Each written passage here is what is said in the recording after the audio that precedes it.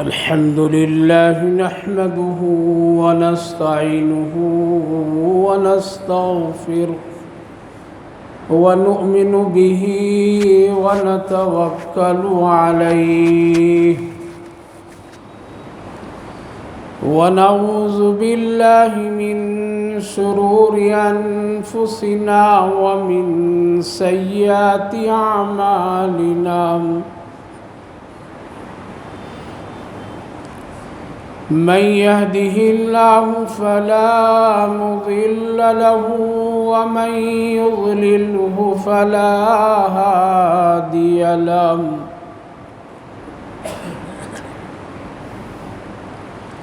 ونشهد أن لا إله إلا الله وحده لا شريك له ونشهد أن سيدنا ونبينا وحبيبنا ومولانا محمدا عبده ورسوله وصلى الله تعالى عليه وعلى آله وأصحابه أجمعين أما بعد فأعوذ بالله من الشيطان الرجيم بسم الله الرحمن الرحيم اقترب للناس حسابهم وهم في غفلة معرضون قال النبي صلى الله تعالى عليه وسلم شعبان شهري ورمضان سحر الله أو كما قال عليه الصلاة والسلام صدق الله العظيم وصدق رسوله النبي الكريم ونحن على ذلك لمن الشاهدين والشاكرين والحمد لله رب العالمين۔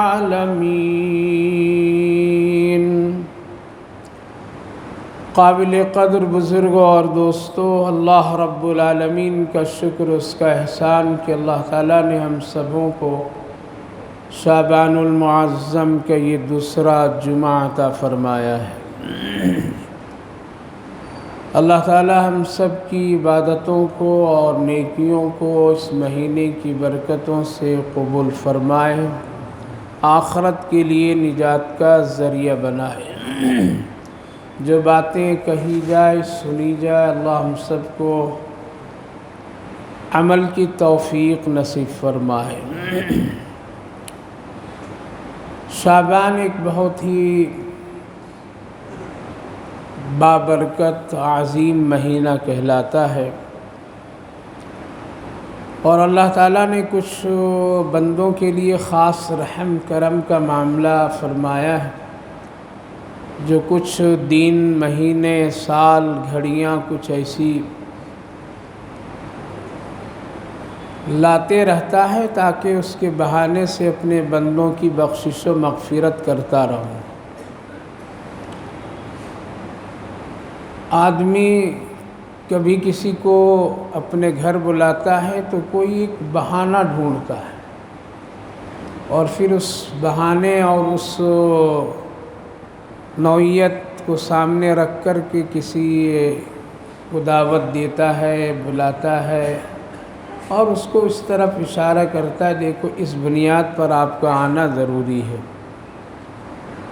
اللہ رب العالمین جب چاہے، جیسا چاہے، جہاں چاہے، جس کو چاہے معاف کر سکتا ہے، بخشش کر سکتا ہے۔ وہ کسی کا محتاج نہیں، وقت کا محتاج نہیں، جگہ کے محتاج نہیں، کسی خاص رات کے بھی محتاج نہیں۔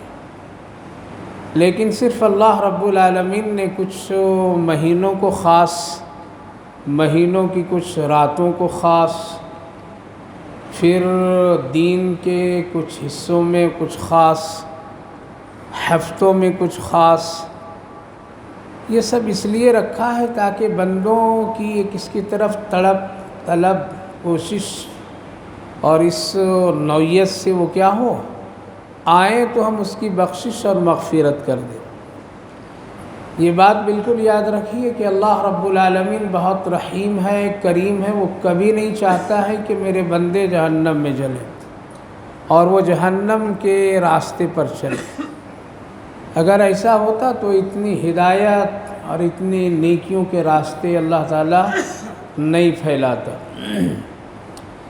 تو اس مہینے میں بھی کچھ ایسی تاریخیں ہیں اور کچھ ایسے وقت اور حالات ہیں جس کو بہت ہی انمول اور بہت ہی اہم اللہ رب العالمین نے بنایا ہے، اور صرف اس کا مقصد یہ ہے کہ تاکہ ایک خاص وقت میں میرے بندے میرے طرف خاص حالات میں رجوع کریں،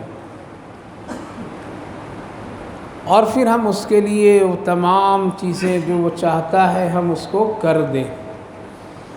تو شعبان بھی اسی طرح کے ایک مہینہ ہے، جیسا کہ پہلے بھی عرض کیا تھا کہ یہ مہینہ ایسا ہے جیسے کھیتی، کہ ایک آدمی زمین میں دانہ ڈالتا ہے اور کھیتیاں جب اگنے لگتی ہے تو اس سے اس کی بڑی امیدیں بن جاتی اور وہ بڑی تیاری کرتا ہے کہ میری کھیتی جو میں نے لگایا ہے اب دیکھو اس میں پھل آ گیا، اب اس میں پھول آ گئے، اب اس کو یہ ہے، اب میں اس کو کاٹوں گا، کھاؤں گا، کھلیان میں لے جاؤں گا، بیچوں گا، فلاں فلاں۔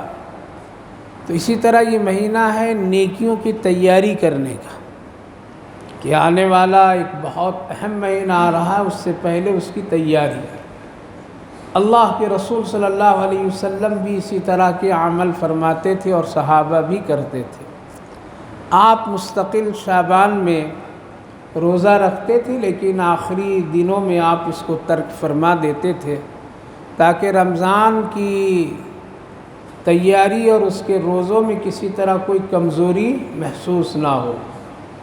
اور صحابہ کرام رضوان اللہ عنہم اجمعین کو عمومی طور پر منع فرما دیتے تھے کہ تم لوگ روزہ شعبان کے آخری میں بالکل نہ رکھو، اور بس جو ہے میری سنت وہی ایک رکھو، تاکہ کہیں ایسا نہ ہو کہ شعبان میں روزہ رکھ کر کے تم رمضان کے لیے کمزور ہو جاؤ۔ تو بہت اہتمام فرماتے تھے، بڑی تیاریاں کیا کرتے تھے۔ شعبان کے معنی ہی ہے پھیلنے کا، شعبان کے معنی پھیلنے کا، آدمی اپنی نیکیوں کے کام کہاں سے کس طرح سے اس کو پھیلاتا ہے اور اس کے لیے تیاری کرتا ہے۔ تو شعبان کی خاص جو بات ہے وہ یہی ہے کہ انسان کو اللہ رب العالمین نے خصوصاً مسلمانوں اور مومنوں کے لیے ایک موقع دیتا ہے، اور یہ گویا کہ ایک تیاری کا مہینہ، اور اس سے آگے بڑھ کر کے یوں کہیے کہ ایک بجٹ کا مہینہ ہے، حساب اور کتاب محاسبے کا مہینہ ہے۔ کیا ہے؟ محاسبہ۔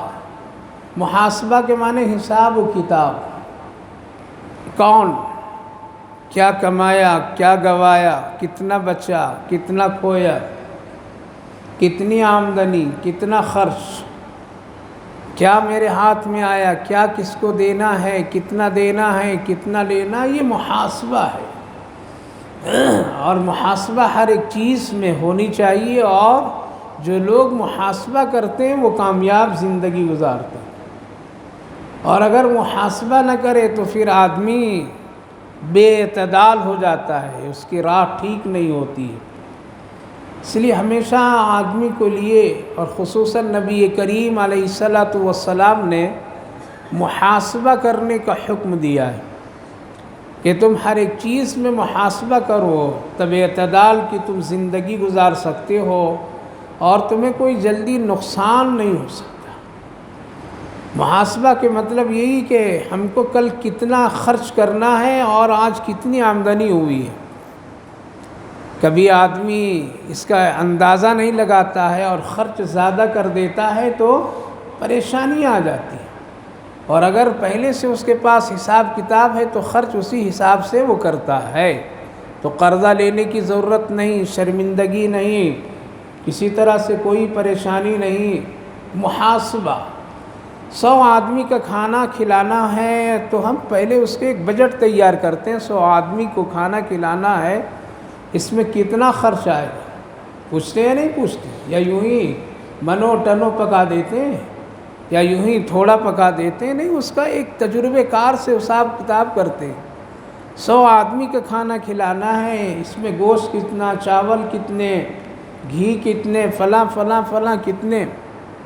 اب ایسا نہیں بغیر حساب و کتاب کے اگر پکا دیا جائے تو پھر بے اعتدالی آ جائے، کبھی زیادہ ہو جائے گا، کبھی کم ہو جائے گا۔ تو محاسبہ ہر ایک چیز میں ضروری ہے۔ ہمارا پورا جسم سر سے لے کے پاؤں تک محاسبہ، ڈاکٹر محاسبہ کرتے ہیں نہیں کرتے ہیں؟ اس آدمی کے جوانی میں خون کتنا رہنا چاہیے، بڑھاپے میں کتنا رہنا چاہیے، بچپنے کے لیے کتنا رہنا چاہیے، کیا یہ محاسبہ ہے؟ یہ حساب و کتاب ہے۔ اگر جوانی میں خون کے جو مقدار ڈاکٹر میڈیکل لائن سے جو بتایا جاتا ہے، اگر اس سے اگر کمی ہو جائے تب بھی پریشانی، زیادہ ہو جائے تب بھی پریشانی۔ بچپنے میں بچے کو جتنا خون ہونا چاہیے اگر اس سے کم تب بھی پریشانی، زیادہ تب بھی پریشانی۔ شوگر، اس کا بھی ایک محاسبہ ہے، گنتے ہیں لوگ یا نہیں؟ اگر اس سے زیادہ کم تو آدمی کے لیے پریشانیاں۔ تو ہر ایک چیز میں محاسبہ، کھانے پینے بھی محاسبہ رکھنا چاہیے۔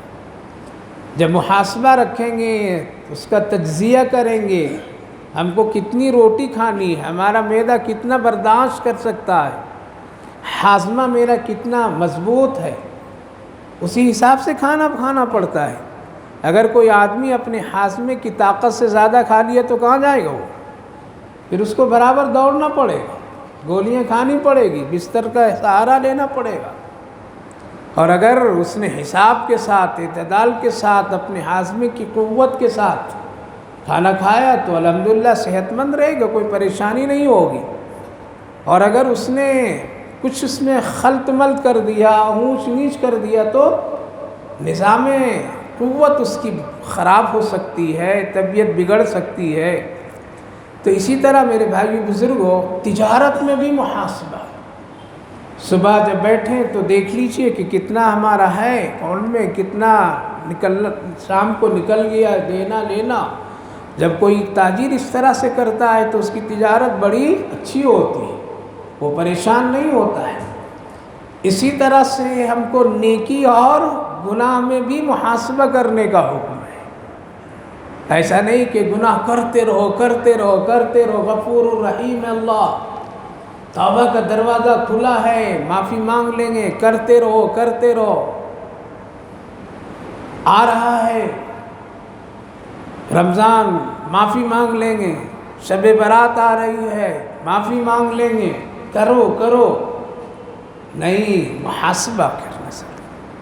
اسی لیے آقا کریم صلی اللہ علیہ وسلم نے فرمایا سب سے بہترین محاسبے کا وقت کیا ہے؟ سونے سے پہلے۔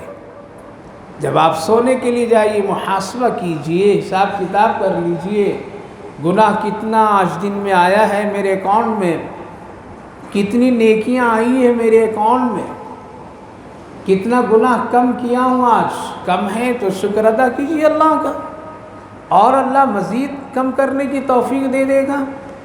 نیکی اگر زیادہ ہے، شکر ادا کیجئے اللہ کہ مزید اور نیکی کرنے کی توفیق دے دے گا، شوق بڑھا دے گا اللہ تعالیٰ قدرتی طور پر۔ تو محاسبہ بہت ضروری ہے۔ چلیے ہم لوگ کچھ حساب کتاب نہیں کریں گے، کوئی ہے حساب کتاب کرنے والا یا نہیں ہے؟ نہیں، کوئی تو ہے نہیں۔ کون ہے؟ ہم اپنے مرضی پر جی رہے ہیں، کون ہے میرا حساب لینے والا؟ یہی تو نہیں کریں گے محاسبہ، ہم حساب کتاب نیکی گناہ کا نہیں کریں گے۔ کسی چیز کی نہیں کریں گے، نہ حلال کی کریں گے نہ حرام کی کریں گے۔ کون ہے میرا حساب لینے والا؟ جو میری مرضی آئے گی ہم کر لیں گے، کون ہے مجھے روکنے والا؟ ہے ایسا؟ ہے نہیں ہے ایسا۔ حساب چل رہا ہے، کیا ہے؟ حساب چل رہا ہے، کون ہو رہا ہے، ہم کریں یا نہ کریں، ہمارا اور آپ کا حساب ہو رہا ہے۔ کرامن کاتبین، کیا ہے؟ قرآن کریم میں اللہ نے صاف فرمایا کرامن کاتبین یعلمون ما تفعلون، لکھنے والا دو فرشتہ لکھ رہا ہے، کرامن کاتبین، چل رہا ہے قلم، چل رہے ہیں دفتر، لکھے جا رہے ہیں ہماری نیکی اور بدی، سب ہو رہا ہے کرامن کاتبین۔ یہاں یہ دنیا کی آنکھیں تجھے نہیں دیکھ رہی ہیں اور تم نہیں دیکھ رہے ہو، غفلت میں ہو۔ کرامن کاتبین، وہ چل رہا ہے، لکھ رہا ہے، جیسے سڑک پر چلتے ہوئے کیمرے لگے ہوئے تصویر بن جاتی ہے، جرم کرتے وقت میں مجرم کو پتہ لگانے کے وقت میں تصویریں نظر آ جاتی ہیں۔ کرامن کاتبین یعلمون ما تفعلون، معلوم ہو جائے گا تجھے کیا کیا لکھا گیا ہے اس میں۔ لکھنے والا بھی کون، لکھانے والا کون؟ رشوت لے کر کے اس کا قلم نہیں چلتا ہے، جو لکھوا رہا ہے وہ بھی کسی سے ڈرنے والا نہیں ہے کہ کچھ آگے پیچھے کر دیں گے، یہ بندہ آ کے میرے گریبان پکڑے گا، نہیں، وہ خالق و مالک۔ اور جس سے اللہ لکھوا رہا ہے وہ فرشتے کرامن کاتبین، وہ کسی طرح سے کسی کے لیے کوئی جھول نہیں، کہیں کسی طرح سے کوئی ان میں لچک نہیں کہ ایسا گھٹا دیں گے بڑھا دیں گے، نیکی کو گناہ میں، گناہ کو نیکی میں کر دیں گے۔ ہم ایک کاغذ تیار کر دیں گے، فائل تیار کر دیں گے، اس میں بڑے بڑے لوگوں کا اس میں نام دکھا دیں گے، سفارشات دکھا دیں گے، نہیں، کچھ بھی نہیں۔ کرامن کاتبین یعلمون ما تفعلون، جب تمہارے سامنے تمہارے وہ حساب و کتاب، وہ دفتر جب کھلیں گے، یعلمون ما تفعلون، تجھے معلوم ہو جائے گا کہ کیا کیا تم نے کیا ہے، ایک چیز بھی ادھر سے ادھر نہیں۔ سورہ کہف میں اللہ رب العالمین نے فرمایا جب اس کو لوگ دیکھیں گے تو کہیں گے ارے یہ عجیب کتاب ہے کہ اس میں ایک نیکی بھی نہیں چھوٹی ہے، گناہ بھی نہیں چھوڑا گیا ہے۔ ہم جب یہ نیکی کر رہے تھے تو کسی کو خبر نہیں، وہ بھی ہے، ہم جب گناہ کر رہے تھے تو کسی کو کوئی خبر نہیں، وہ بھی اس میں۔ یہ عجیب کتاب ہے، ٹائم بھی، وقت بھی، شکلیں بھی، حالات بھی، خوشی بھی، غم میں، یہ بندہ گناہ کس حال میں کیا ہے، خوشی میں کیا ہے یا غم میں کیا ہے، مجبوری میں کیا ہے یا چالاکی سے کیا ہے خود یا کروایا گیا ہے، یہ سب تفصیلات۔ کرامن کاتبین یعلمون ما تفعلون ان الابرار لفی نعیم وان الفجار لفی جحیم۔ تیرے نام اعمال کی ریکارڈ کی بنیاد پر میں نیک لوگوں کے فیصلے الگ اور مجرموں کے فیصلے الگ معلوم ہو جائیں گے۔ پتہ چلا حساب ہو رہا ہے نہیں ہو رہا ہے، ہم کریں یا نہ کریں، ہم اپنے گناہ اور اپنی نیکیوں کا حساب کتاب کریں یا نہ کریں، کرنے والا کر رہا ہے، وہ غفلت میں نہیں ہے، وہ غافل نہیں ہے۔ اسی لیے یہ شعبان المعظم کی وہ رات جس کو بجٹ کی رات کہتے ہیں، محاسبے کی رات کہتے ہیں، یہ کوئی خوشی کی رات اور یہ کوئی جشن کی رات، یہ کوئی کھانے پینے کی شاندار رات، یہ حلوے پراٹھے والی رات، یہ لائٹوں اور چمک دمک والی رات نہیں ہے، یہ محاسبے کی رات ہے۔ صحابہ ڈرتے تھے پتہ نہیں میرا کس حال اور میرا نام کس میں چلا جائے گا۔ آج اللہ جب اکاؤنٹ کرے گا اور فرشتے کے حوالے ہماری پورے سال کی جو حساب و کتاب کا معاملہ، حدیث پاک میں ہے کہ شب برات وہ وقت میں اللہ رب العالمین بندوں کی کارکردگی کی بنیاد پر گزشتہ آنے والے حالات اور سال کے پوری چیزیں فرشتے کے ذمے میں فرما دیتا ہے، لکھ دیتا ہے، یہ کرنا ہے اس کا، کس کی موت ہوگی، کون بیمار ہوگا، کون بیماری کے بعد شفا پائے گا، کون کہاں جائے گا، کون قیدی بنے گا، کون رہائی حاصل کرے گا، کون کس کو قتل کرے گا، کون کس کی موت کب ہوگی، خودکشی سے ہوگی، نیک لوگوں میں ہوگی، برے لوگوں میں ہوگی، اس کے ساتھ کیا کیا حالات آئیں گے، پچھلے ریکارڈ کے مطابق دیکھ کر کے اللہ آگے کی ترقی عطا کرتا ہے۔ اگر پچھلا ریکارڈ ہمارا اور آپ کا ٹھیک ہے، بدماشیاں نہیں، شرارت نہیں، دھوکہ نہیں، فریب نہیں، جھوٹ نہیں، تو پھر اللہ رب العالمین کہتا ہے بندہ اس نے اچھی زندگی گزاری ہے لہذا اور اچھا کر دو۔ یہ دنیا کا بھی دستور ہے کہ اگر کہیں کوئی آدمی ملازمت کرتا ہے تو سال کا اس کا ریکارڈ نوٹ کیا جاتا ہے، دیکھو یہ ڈیوٹی کیسا کیا ہے، دیکھو یہ رہ کر کے کیسا کام کیا، محنت سے کیا نہیں کیا ہے، خیانت کیا ہے، جھوٹ بولا ہے، کیا کیا ہے۔ اگر کچھ نہیں سب ٹھیک ہے تو کمپنی والے، دکان کے مالک اور دوسرے لوگ کہتے ہیں یہ نیک بندہ ہے، اچھا بندہ ہے، اس کا پوسٹ، اس کی تنخواہ، اس کی ساری چیزیں کیا کرو بڑھا دو، یہ اچھا آدمی ہے۔ بس یہ اللہ کا نظام اسی طرح سے اس سے بھی اعلیٰ ہے اللہ رب العالمین کا، کہ اپنے بندوں کی پچھلی تاریخ، پچھلے ریکارڈ، پچھلے کارکردگی کو دیکھ کر کے اللہ آگے کے لیے بہتر بنا دیتا ہے۔ اب اگر آنے والے حالات میں اگر کوئی پریشانی آتی ہے، کوئی تکلیفیں آتی ہیں، مصیبتیں آتی ہیں، تو بندہ کہتا ہے ارے کیوں آ گئے، اگلے سال میں بہت اچھا تھا، میری تجارت بڑی اچھی چل رہی تھی، اگلے سال میں بڑا خوش تھا، شب برات سے پہلے میں بڑے مزے میں تھا، میرے اوپر کسی طرح کوئی پریشانی نہیں تھی، صحت مند تھا، فلاں تھا، فلاں تھا، اب کیا ہو گیا؟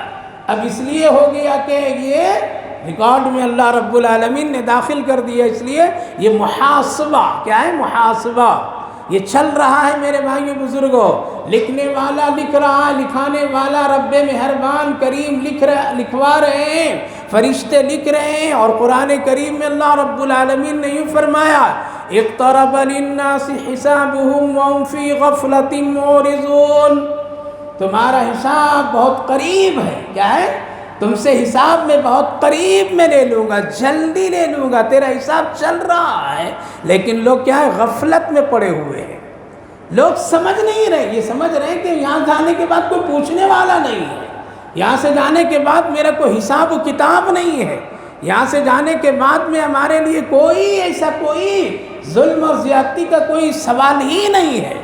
اللہ قرآن فرمایا 70ویں جز کی پہلی آیت اقترب للناس حسابهم وهم في غفلة معرضون، اللہ فرما رہا ہے کہ لوگوں کے حساب بڑے قریب سے چل رہے ہیں، لے رہا ہوں، ہو رہا ہے، لیکن لوگ غفلت میں ہیں، وہ لوگ ٹلتے جا رہے ہیں، اعراض کرتے جا رہے ہیں، منہ موڑتے جا رہے ہیں، مرنے والے کو دیکھتا ہے کہتا ہے یہی مرا، ہم نہیں مریں گے، کفن پہننے والوں کو دیکھتا ہے کہتا ہے اس کے لیے کفن میرے لیے نہیں، بیمار کو دیکھتا ہے کہتا ہے یہ بیمار ہو گیا ہم نہیں، مصیبت میں وہ آیا دیکھا کہ اس کے لیے مصیبت ہے ہمارے لیے نہیں، یہ نماز پڑھتا ہے یہ پڑھے ہمارے لیے نہیں ہے، یہ قرآن پڑھتا ہے یہ پڑھے ہمارے لیے نہیں، وہم معرضون، یہ مسجد کی طرف جا رہا ہے اس کا کام ہے جانے آنے کا، میرا نہیں، وہم معرضون، یہ حج کر رہا ہے یہ کرنے دیجئے ہمارا کام نہیں، وہم معرضون، وہ قبرستان میں جا کر کے دیکھ رہا ہے کسی مردے کے ساتھ جنازے میں،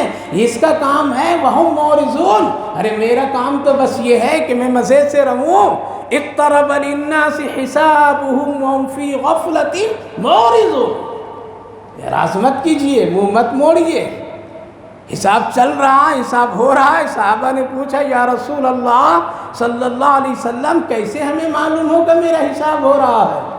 کہاں ہے وہ فائل؟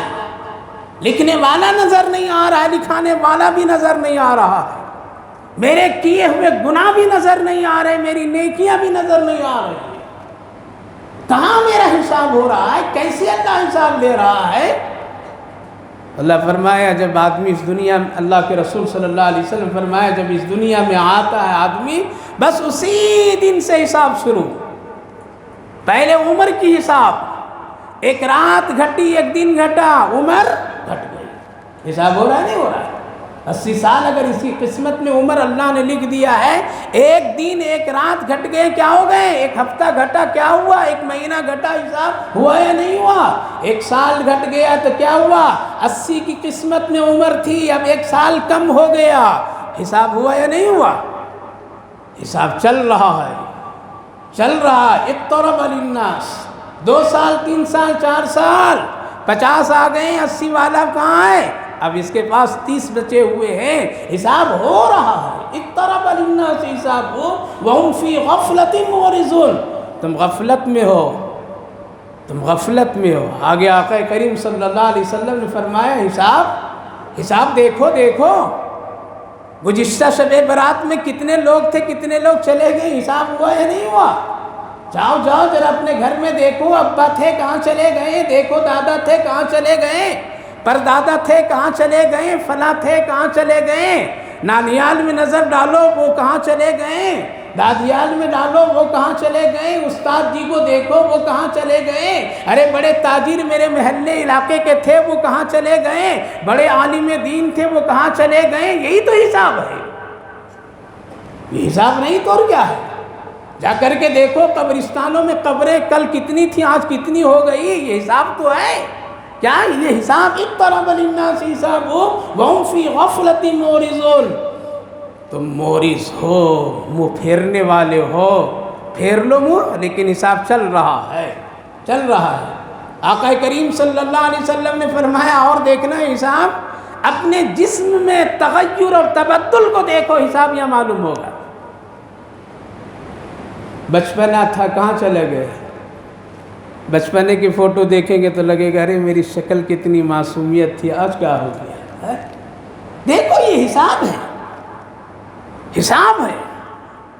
جوانی کے شباب، یہ طاقت، یہ امنگ، بوڑھے بزرگ حضرات دیکھیں تو پتہ چلے گا کہاں ہے یہ، کس نے چھین لیا میری جوانی کی طاقت اور امنگ، میری شباب کو کس نے روک دیا، میرے بھاگنے دوڑنے کو کس نے پکڑ لیا، یہ کیا، یہ حساب ہے، یہ حساب ہے۔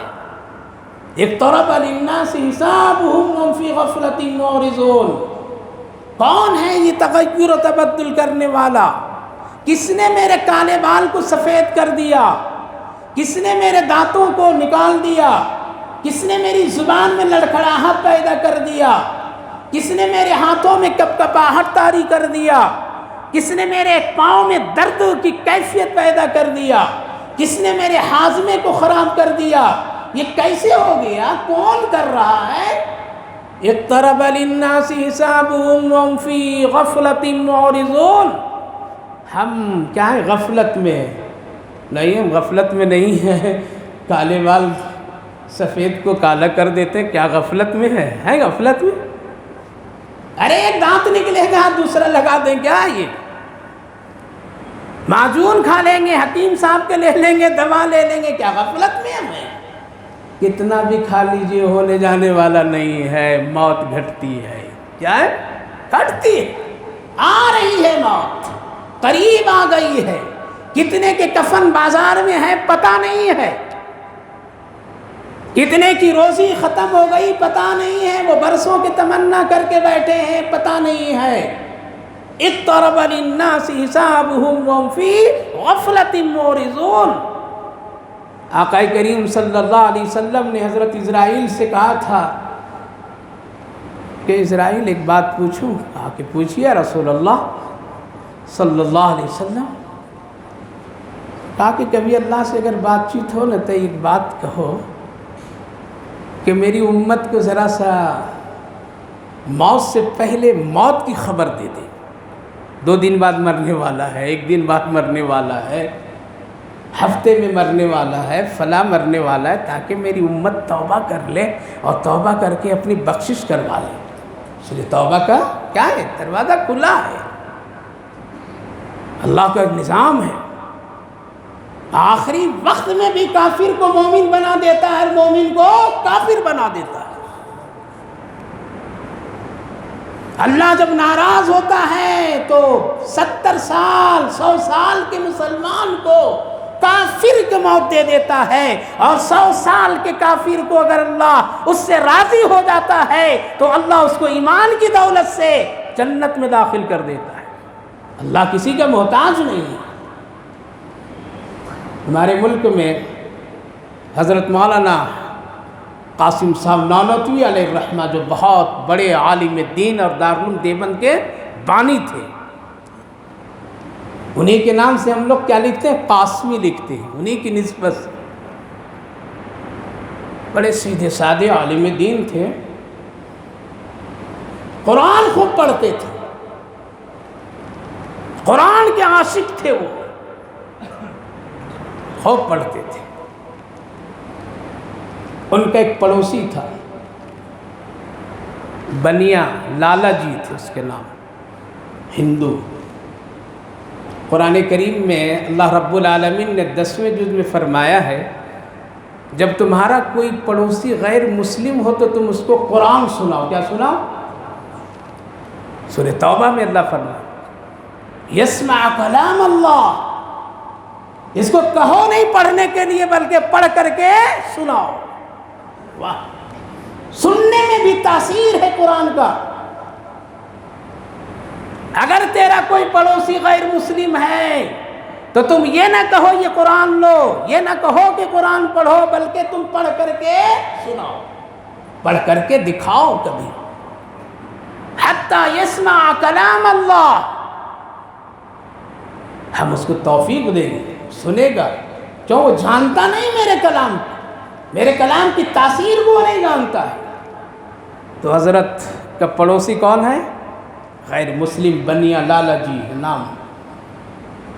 تہجد میں جب اٹھتے تھے اور قرآن پڑھتے تھے زور سے، تو لالا جی بھی منہ ہاتھ دھو کے کھڑے ہو جاتے تھے۔ اللہ اکبر، لالا جی بھی کھڑے ہو جاتے تھے۔ ہم مسلمانوں کو شکایت کریں گے کیا یار یہ قرآن شریف گھر میں روز زور سے پڑھتا میری نیند خراب کر دیتا ہے۔ آج تو یہ حال ہے مسلمانوں کا۔ اے آہستہ پڑھ، تو اپنی عبادت اپنے کر، ہم کو ڈسٹرب مت کر۔ سونا وہاں ڈسٹرب جب ہوگا قبر میں تیرے سانپ اور بچھو سے، تب پتہ چلے گا، کہہ لینا اس کو ڈسٹرب مت کر۔ قرآن سنتے تھے تہجد میں۔ پھر حضرت آتے تھے نماز فجر پڑھ کر کے، اور ان کا صحن کھلا ہوا ہوتا تھا، چبوترے پر بیٹھتے تھے، قرآن کھولتے تھے اور پھر قرآن وہ پڑھتے تھے، تو لالا جی آ کر کے بڑی ادب سے سامنے بیٹھ جاتے تھے اور قرآن چپ چاپ سنتے تھے۔ بولے سبحان اللہ، بولو سنو قرآن۔ گانا سننے والا قرآن کیا سنے گا؟ گانا سنانے والی یہ قوم کیا سنائے گی کسی کو قرآن؟ گھر میں گانا بجانے والے لوگ کہاں سے قرآن کی تاثیر ملے گی؟ گانے کی دلدادہ رکھنے والا کہاں شب برات کی مغفرت ملے گی؟ سنتے تھے۔ یہ عرض یہ کر رہا ہوں میرے بھائیو بزرگوں، یہ واقعہ اس لیے سنا رہا ہوں، اللہ بہت بڑا ہے، وہ کسی کا محتاج نہیں ہے۔ وہ 100 سال کے مسلمان کو بھی کفر پر موت دے سکتا ہے، اور 100 سال کے کافر کو ایمان پر موت دے سکتا ہے۔ یہ ایمان اور چاہت کی بنیاد کی بنیاد ہے۔ قرآن سنتے تھے۔ جب اس کی موت ہو گئی تو حضرت نے خواب میں دیکھا، کس میں دیکھا؟ خواب میں دیکھا کہ لالا جی جنت میں ٹہل رہے۔ اللہ، ہم لوگ تو صرف دعا کریں گے، کسی دیکھ نہیں پاتے ہیں کہ کہاں ہے وہ ہے۔ حضرت نے پوچھا ارے لالا جی تو جنت تو مسلمان کے لیے ہے، تو کیسے اس جنت میں آ گیا؟ بے تکلف تھے۔ ارے لالا جی یہ جنت میں کیسے؟ شب برات کے انتظار میں ہیں ہم لوگ، آئے پکائیں گے حلوہ، پکائیں گے، کھائیں گے، رات میں ٹہلیں گے، قبرستان جائیں گے، گلچھرے اڑائیں گے، غیبتیں کریں گے، سیر و تفریح کریں گے، گاڑیاں چلائیں گے، ہانکیں گے۔ یاد رکھیے دعا کس کا نام ہے؟ دعا نیکی کا نام ہے۔ نیکی کرو دعا خود بن جائے گی۔ ارے لالا جی جنت کہا کہ ہاں جنت میں۔ کیسے؟ کہا کہ مولوی جی تجھے پتا نہیں، تو جو تہجد کے وقت رات میں جو نماز پڑھتا تھا نا، میں بھی تیری نماز سنا کرتا تھا اور قرآن سنتا تھا۔ چبوترے پر بیٹھ کے فجر کے بعد جب قرآن پڑھتا تھا تب بھی میں قرآن سنا کرتا تھا۔ دل میں کہتا تھا کہ میرے مولوی صاحب کتنا اچھا قرآن پڑھتا ہے، یہ اللہ کا کتنا اچھا کلام ہے، کتنی پیاری بات ہے اس میں۔ میں بڑی محبت کرتا تھا تجھ سے بھی، اللہ سے بھی، رسول سے بھی، قرآن سے بھی، خوب محبت کرتا تھا۔ دل میں میں ایمان لا چکا تھا، لیکن میں خاندانی تھا، اتنا بڑا میرا خاندان تھا کہ اگر میں اسلام کا اظہار کر دیتا تو میرے لیے مصیبت کڑی ہو جاتی، لیکن میں دل میں ایمان رکھا تھا۔ موت کے وقت میں پریشان تھا، ہوگا کیا؟ لوگ تو مجھے اپنے مذہب اور رسومات کے مطابق مجھے آگ کے حوالے کر دیں گے، یہ سمجھ کر کے کہ یہ مسلمان نہیں ہے اور ہم تو مسلمان ہیں۔ اب سمجھاؤں تو سمجھاؤں کس کو، بتاؤں تو بتاؤں کس کو؟ آخری وقت میں حالات ایسے تھے، اچانک دیکھتا ہوں کہ میرے سامنے ایک سفید پوش کا انسان فرشتے کی شکل ہے، آ کر کے مجھے کلمہ پڑھاتا ہے اور میری روح کو قبض کر لیتا ہے، جس کی بنیاد پر میں جنت میں ہوں۔ برسوں کے کافر کیا ہوا؟ اللہ ایمان، ایسی نیکی کیجئے کہ فرشتہ کلمہ پڑھا دے گا۔ کتنا رٹا ہوا، پڑھو جی پڑھو جی پڑھو جی، لا الہ الا اللہ پڑھو جی، نہیں پڑھ پاؤ گے اگر کلمے سے محبت نہیں ہے، کلمے سے اگر تجھے لگاؤ نہیں ہے، اللہ سے تجھے محبت نہیں ہے، رسول سے محبت نہیں ہے۔ بڑا سا بڑا پیر صاحب آ کر کے کان میں کلمہ پڑھائیں گے، نہیں پڑھ سکو گے جب تک کہ خود اپنے اعمال اچھے نہیں ہوں گے۔ تو عرض یہ کر رہا تھا میرے بھائیوں بزرگوں کہ برسوں کی کیا ہے، کافر کو بھی اللہ رب العالمین نواز دیتا ہے ایک پل میں، اور اگر دل خراب، نیت خراب، اعمال خراب، تو خاندانی کتنے بڑے مسلمان ہیں، چاہے جنازے کی کھاٹ پر میں آیت الکرسی نہیں، پورے قرآن کا لگا کر کے چادریں ڈال دے، پھر بھی مغفرت نہیں ہوگی۔ اللہ نے مغفرت، بخشش کی رات، محاسبے کی رات دیا ہے۔ کون؟ یہ آنے والی رات جو شب برات کہلائی، شعبان کی یہ بڑی بابرکت رات ہے، محاسبے کی رات ہے۔ پچھلی ریکارڈ اللہ دیکھے گا، کیا دیکھے گا؟ توبہ کر لو ابھی ٹھیک سے، پہلے سے کر لو، پہلے سے توبہ کر لو، پہلے سے اپنے گناہوں کی معافی مانگ لو، کسی سے کوئی خطا ہے ابھی سے مل جل لو، کبھی ایسا نہ ہو کہ کہیں وہ رکاوٹ کا ذریعہ بن جائے۔ اس لیے میرے بھائیو بزرگوں، بڑی بابرکت رات آ رہی ہے۔ اس رات کی بس اتنی اہمیت ہے، جو جتنا بہت اللہ بلا کیا کیا کیا کیا لوگ جوڑ دیتے ہیں، کچھ بھی نہیں، بس اتنا صحیح ثابت ہے۔ شعبان 15ویں شب کی عبادت اپنی حسب سہولت سے کیجیے۔ کیا کیجیے؟ اگر آپ کی دل چاہے تو آپ نوافل پڑھیے، دل چاہے تو قرآن پڑھیے، دل چاہے تو ذکر کیجیے، اگر نہیں یہ بھی ہو رہا ہے تو چپ چاپ سو جائیے، سڑکوں پر گپ بازی مت کیجیے، ورنہ کہیں نام چلا گیا بدماشوں میں تو زندگی بھر پچھتاتے رہ جائیں گے۔ اس لیے اگر عبادت ہے تو بس اتنی، چاہو تو دل تنہائی میں عبادت کر لیجئے، اجتماعی بھی نہیں، گھر میں کر لیجئے، کسی کونے میں بیٹھ کر کے کر لیجئے، گھر میں سہولت نہیں مسجد میں آ جائیے، بس نوافل پڑھیے، ذکر کیجئے، درود شریف پڑھیے، استغفار کیجئے، دعا کیجئے، اس سے زیادہ اور کوئی عبادت نہیں۔ اور یہ سب جو بنا کر کے بول دیتے ہیں یہ 100 مرتبہ آیت الکرسی ایک رکعت میں پڑھو تو قل هو اللہ پڑھو، یہ سب کون مفتی ہے، ہم لوگوں کی بھی پتہ نہیں، یہ کہاں سے مفتی لوگ آ گئے ہیں اس کی خبر ہم لوگوں کے بھی نہیں۔ 18 سال مدرسے میں زندگی گزارا اور حدیث بڑے بڑے اساتذہ کرام سے پڑھا، لیکن کہیں نہیں پڑھا نہ سنا۔ یہ سب سڑک چھاپ مفتی لوگ ہیں جو ایسی باتیں بتا دیتے ہیں۔ صرف بس اتنی ہے، اور پھر کیا کرنا ہے؟ خوب استغفار، دعا، مرحومین کے لیے مغفرت، سحری کر لو، ایک روزہ رکھ لو، یہ پیارے آقا کی سنت ہے، 2 بھی نہیں، 2 ایک روزہ سنت۔ اور یاد رکھیے جتنی سنت کے مطابق کریں گے وہی عبادت قبول، سنت کے خلاف کریں گے کوئی عبادت قبول نہیں۔ تیسری بات جو ہے وہ قبرستان جانے کا ہے۔ نبی پاک علیہ الصلوۃ والسلام زندگی میں ایک ہی بار قبرستان گئے، بار بار نہیں گئے شب برات میں۔ اور یہ قبروں کو سجانا، قبرستانوں کو چراغاں کرنا اور بڑی تفریح کے ساتھ میں بلانا، پھل جھڑیوں کا کام کرنا، ارے وہاں عبرت لینے کی بات ہے، وہاں یہ سب کام کرنے کی کیا ضرورت ہے؟ لہذا اس طرح سے قبرستان جانا شریعت سے ثابت نہیں ہے۔